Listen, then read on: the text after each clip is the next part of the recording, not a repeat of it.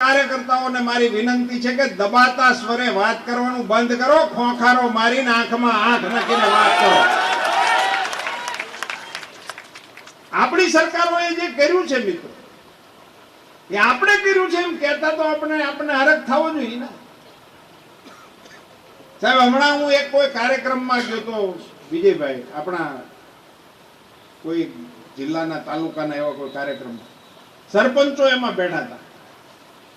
મેં એક સરપંચને પૂછ્યું, મેં કીધું આમાંથી સરપંચ હોય તો હાથ ઊંચો કરો. એક ભાઈ હાથ ઊંચો કર્યો.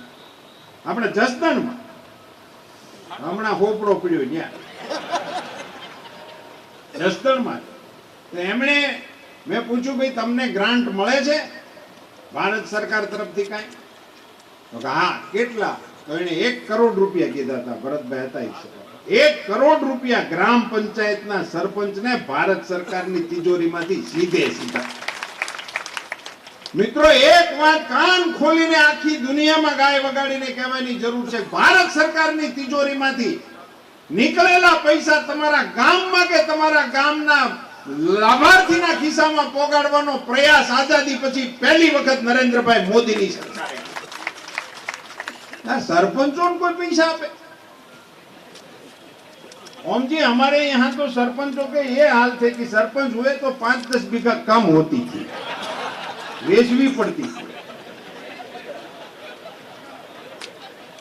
हाँ तो तू के नहीं घણા ના દાદા સરપંચ હોય ઓછી કર્યું એટલે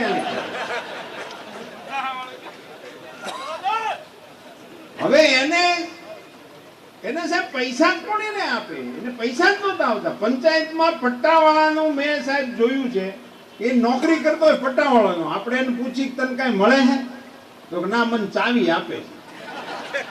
દેવા લેવાનું કઈ નહીં, પંચાયતનો પટ્ટાવાળો એમ ગામમાં એનો વટ પડે એટલું. પૈસાની વાત જ નહીં. હું એક વખત ધ્વજવંદનના કાર્યક્રમમાં ગયો તો અમારા વિસ્તારમાં એક કાર્યક્રમ, તો 15 મિનિટ વહેલો પહોંચ્યો તો સરપંચની ઓફિસમાં બેઠા.